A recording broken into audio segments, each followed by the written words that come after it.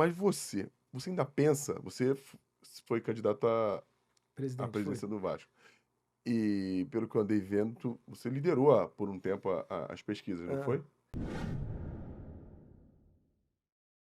É, quando saí eu estava bem na frente, mas os outros candidatos ainda não tinham saído, né, os mais fortes ainda não tinham saído, mas, Ah, tipo assim, entendi. da segunda classe de candidatos, vou me rebaixar pra segunda classe, eu estava liderando ali, eu fui um expoente ali no início, estava bem na frente dos outros, aí mas aí quando se lançou o Pedrinho e o Levin, que foi o outro candidato lá que disputaram, eles realmente tinham mais força que eu. O Pedrinho já vinha de uma chapa que já tinha concorrido várias vezes, o Levin também já tinha concorrido na outra eleição. Mas eu penso ainda, eu acho que eu posso entregar. Eu Tu acho que acha que ainda pode vir a cara, ser.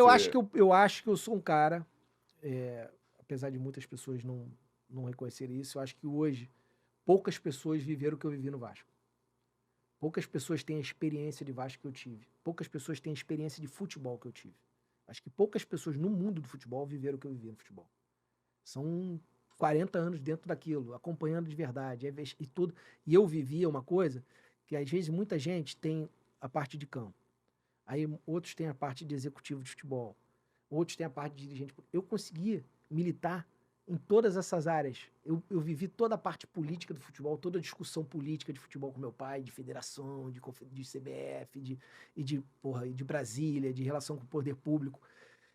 Vivi a parte de campo com o treinador. Eu via todas as preleções de intervalo de jogo. Acho que poucas pessoas viram tantos treinadores dando palestra no intervalo de jogo como eu. Eu vi todos os treinadores que passavam pelo Vasco, eu ia a todas. Eu descia pro vestiário em todos os jogos, que eu gostava de ouvir. Eu ia a todas as preleções pré-jogo. Eu ia. Poucas pessoas foram a tanta concentração como eu. Poucas pessoas foram a tantos jogos de futebol como eu. Não, eu tenho uma experiência de clube. Poucas pessoas participaram de tantos embates políticos no clube como eu participei. Eu conheço todas as pessoas da política do clube. Então eu acho que eu tenho algo ainda a contribuir não só com o Vasco como com o futebol, ou com experiência, ou com engrandecimento do debate, entendeu? Provocando um debate maior, fazendo com que as pessoas parem. Porque às vezes você precisa que alguém que te contraponha para fazer você crescer na sua posição, entendeu? Para você crescer no seu entendimento, fixar realmente a sua posição. Eu acho que está faltando muito isso no Brasil, no futebol brasileiro de uma maneira geral. Eu acho que eu sou um cara que eu tenho um lastro histórico grande para contribuir. Sou um cara que, de certa forma, me preparei para isso, estudei direito, fui estudar toda essa parte de leis de futebol. Sou um cara que sempre me interessei por isso. Então, não me considero um cara limitado intelectualmente, acho que eu tenho capacidade para sentar na mesa e debater, não para convencer as pessoas de nada. Eu não sou um cara que quero convencer ninguém de que eu tô certo, nem acho que seja dono da razão, não. Eu tenho uma experiência. Se essa experiência pode te ajudar e contribuir a você desenvolver, nem tudo que eu falo você precisa usar para fazer um trabalho, mas você pode pegar ali, ó, pô, aquele cara me deu, de repente pode ser melhor ali. Não é ditar regra, não é escrever cartilha, não é isso. É engrandecer o debate, engrandecer o cara ter mais conhecimento, ter mais perspectiva, ter mais possibilidade de vitória. Eu acho que ainda tem alguma coisa ainda para futebol. Eu gosto, sou um apaixonado, então não tem como ficar distante, entendeu? Então, aí, agora, se vai ser contribuição no Vasco, ou numa entidade política, colega do futebol, na federação, na confederação, eu não sei, mas na parte de empresariado, porra, convivi com centenas de empresários, relação com empresário, milhares. Já é uma coisa que eu não gosto muito, dessa relação de ficar de ir com o jogador, não tenho muita paciência de cuidar. Eu quero o futebol como macro, entendeu? Gosto de estar com o jogador de futebol, gosto dessa essa coisa da profissão de jogador de futebol, que eu acho que não é uma coisa tão simples como as pessoas pensam, tem muito mais tem muita coisa acima do talento, tem muitas variantes que fazem o cara ter uma carreira bem sucedida ou não, tem muita sorte também envolvida nisso, tem oportunidade, tem tudo. Então, eu gosto dessa coisa, dessa análise da carreira do cara, de como construir, pô, tentar ajudar ali, não vai por esse caminho, não vai por esse parte financeira de atleta, de como eu vi os caras se ferrando, como eu vi os caras ganhando dinheiro, como eu vi os caras gastando à toa. Conselhos também para tipo, de experiência mesmo. É Mas maneiro. não daquele dia a dia ali de cuidar do cara sozinho. Eu gosto de uma coisa mais macro, assim, eu gosto do atleta e como ele é inserido no meio. Não só ali a Entendi. parte dele só ali, entendeu? Ali no meio tudo. Eu acho que eu sou um cara preparado para isso. Agora é questão de Se oportunidade. fosse no Vasco, seria melhor, né? Mas eu entendo também que as pessoas têm muita dificuldade, pô, porra, não, ali, Eurico, Não, mas se rejeição, te Paulo colocasse Gino. lá, por exemplo, daqui a 3 anos, o Eurico, você, claro, fosse presidente do Vasco, com essa limitação que a SAF hoje tem para o presidente associativo. Como é que você ia mexer isso? Como é que você ia tentar fazer com que os caras te ouvissem? Porque pelo que a gente vê aí, os caras não No, escutam muito. falta diálogo, cara. Falta diálogo, falta as pessoas reconhecerem que precisam uma ouvir a outra e entender. Eu, como, por essa questão minha, de eu ter muito das pessoas não terem, nem chegarem perto, sabe, para escutar, eu já desenvolvi comigo que eu acho que as pessoas, o que falta no Vasco hoje, realmente, que o Vasco virou um clube que as pessoas se afastam umas das outras, entendeu? Por causa de questões políticas. O Vasco precisa de alguém que realmente tenha coragem de aglutinar novamente, de trazer todo mundo inimigo para perto, o cara que ele não gosta para perto, conversar, botar na mesa para somar forças, entendeu? Fazer como teu pai, o Calçada fez com teu pai. É exatamente o que o Calçada era o cara. O Calçada hoje, se ele tivesse um novo Calçada, esse cara poderia ser, tem que fazer exatamente o que ele fez lá atrás. É poder trazer, porque quando você traz as pessoas, mesmo os seus adversários políticos, você começa a entender a perspectiva do cara, que tem coisa boa de tudo quanto é lado. Não é só você que... As pessoas têm que entender que nem sempre tudo que você pensa é o correto, é o certo, é o melhor. O cara pode ter uma coisa melhor ali. Falta isso, entendeu? Falta esse caminho das pessoas estarem mais próximas. Eu acho que se me colocassem lá, eu ia fazer isso, porque eu sei realmente o que precisa ser feito. Eu ia trazer todo mundo para perto. Ah, pô, o Pedrinho foi adversário do Leve, que foi adversário. Traz todo mundo pra mesa, vamos trazer todo mundo pra dentro. São quantos grupos hoje políticos Pô, dentro não do vai ter Vasco? 50. 50? É. Não são 4, 5, Não, não? 50. E um odeia o outro. Se você chegar aqui e falar assim, ó, não, vou botar um Anselmo com o Fernando, com o Eurico. Não, esse eu não falo, esse eu não... 3 caras não conseguem ficar juntos. 3 caras não conseguem ficar juntos. Porque coisa antiga, porque naquele ano ele apoiou tal cara, naquele ano ele... Pô, meu irmão, se a gente não olhar pra frente, não querer caminhar mesmo, não sai do lugar. Aí fica cavando buraco, entendeu? Eu cavo aqui um buraco, aí tu cava um aí, cava aí, fica uma loucura. O Vasco hoje é essa loucura, cada um apontando para um lado, cada um apontando para uma direção, e aí o clube fica ali no meio perdido, não sai do lugar, fica ali rodando, tá em círculos ali. Eu acho que precisa realmente alguém que tenha coragem, porque isso precisa ter coragem. Não é fácil. Não é uma coisa fácil, porque envolve você perdoar de verdade, envolve você realmente a confiar de verdade nas pessoas. O cara, não, confia, mas envolve essas coisas que, agora, eu acho que é uma junção de pessoas com um sentimento maior pelo clube, que querem que o clube saia dessa situação. E o americano lá, se visse realmente que, pô, essa galera tá aqui, realmente, aí ele sentava pra conversar. Ele não senta porque ele vê que tá todo mundo disperso, cada um com uma coisa, cada um quer pra um lado, cada um aponta numa direção. Aí o cara, se cada um aponta numa direção, eu vou apontar na minha, né? Não vou. O americano não vai seguir o Eurico. Ele vai seguir um direcionamento do Vasco como instituição. Se o Eurico estiver ponteando um direcionamento dessa instituição, de verdade mesmo, aí o Eurico é forte. O Pedrinho, como presidente do Vasco, ninguém vai seguir o direcionamento dele, Pedrinho. Vai seguir o direcionamento da instituição. Se ele conseguir demonstrar que ele é que está realmente na direção daquela instituição, direção que eu digo de verdade, não é direção, ele tá, porque ele foi eleito presidente, ele tá na direção. Mas de verdade, trazendo todo mundo pensando ali junto com ele, todo mundo caminhando junto com ele, todo mundo empurrando ele, entendeu? Como se fosse um barco que todo mundo estivesse remando pro mesmo lado.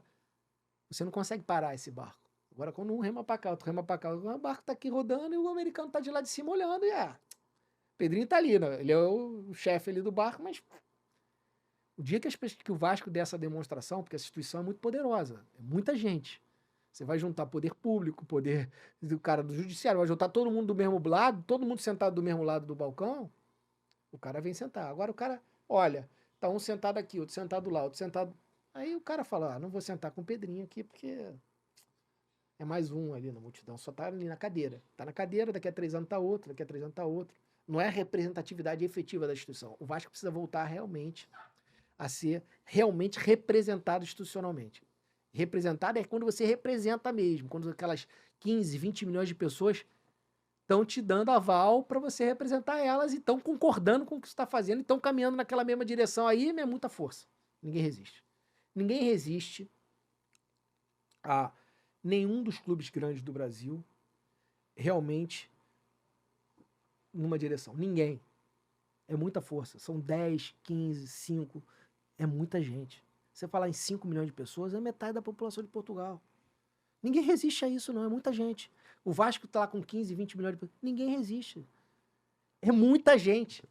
É que essa gente tá cada hora apontando para um lado. Precisam de um líder de verdade. Isso, precisa de uma Pra efetiva aglutinar. liderança.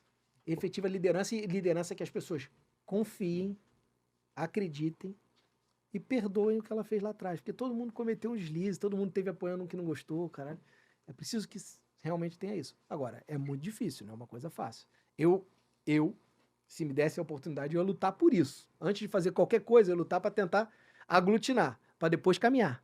Não caminhar sem antes aglutinar. Entendi. Que eu acho que se você quiser, qual é a sua avaliação do Pedrinho em um dia de mandato? Ele está andando sem aglutinar.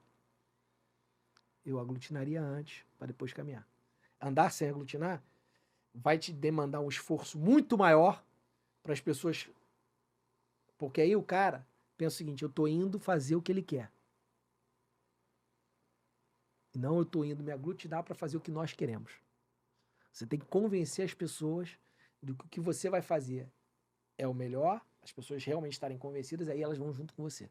Não é depois que você faz, você busca as pessoas para convencer delas que o que você está fazendo é o melhor caminho, entendeu? É totalmente diferente. Você faz uma reunião, não vamos fazer esse caminho, eu saio do caminho, você já... Agora eu saio no caminho e depois tento te convencer a vir no meu caminho, é muito mais difícil. Eu acho que é esse que é um...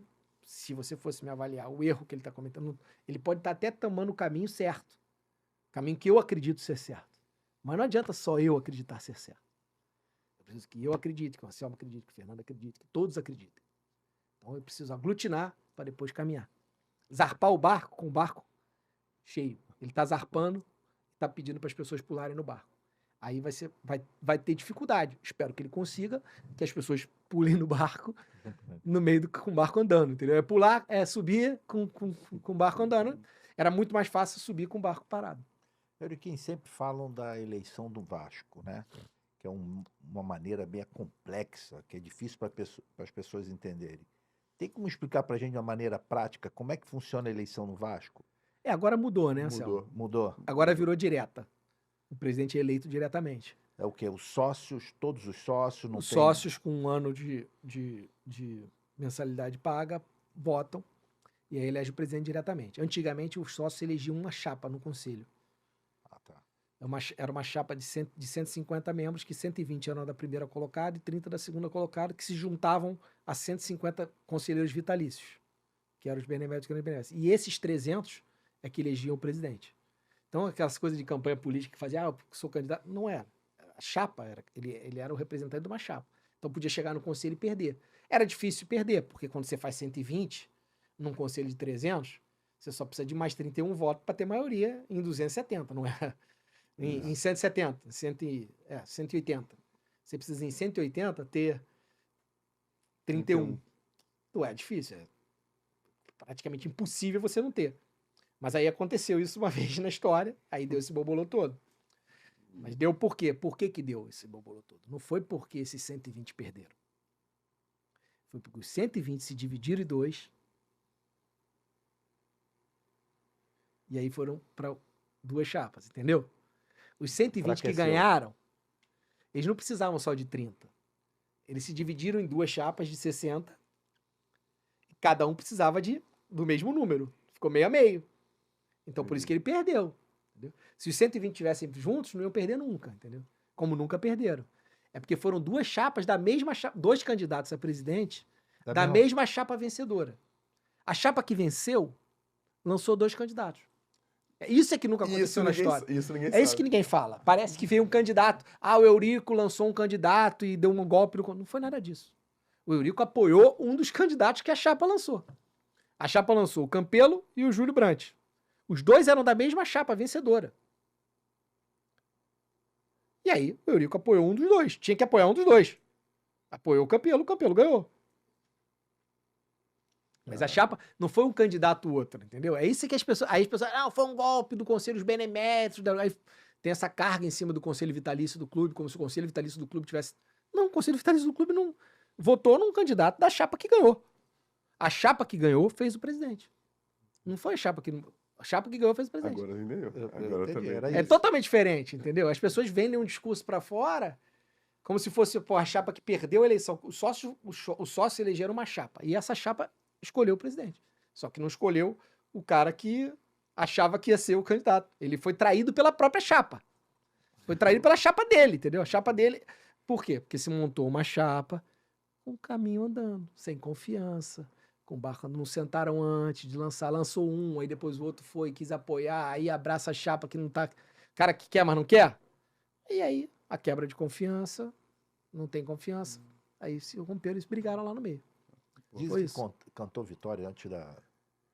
Provocou, né? É. Meu pai não teria feito se ele não tivesse provocado. Mas ele provocou, e deu a brecha. Disse que já sentou na cadeira. Cutucou a onça com a vara curta. Porra, que Tomou, onça. é. Nossa, Que nossa. Tem o Porra. dinossauro, o Tiranossauro Aí Rex. deu ruim, deu problema. Né? Cutucou o Tiranossauro Rex, porra. parceiro. Não tem jeito. Cara, pra gente caminhar pro fim, cara, qual foi o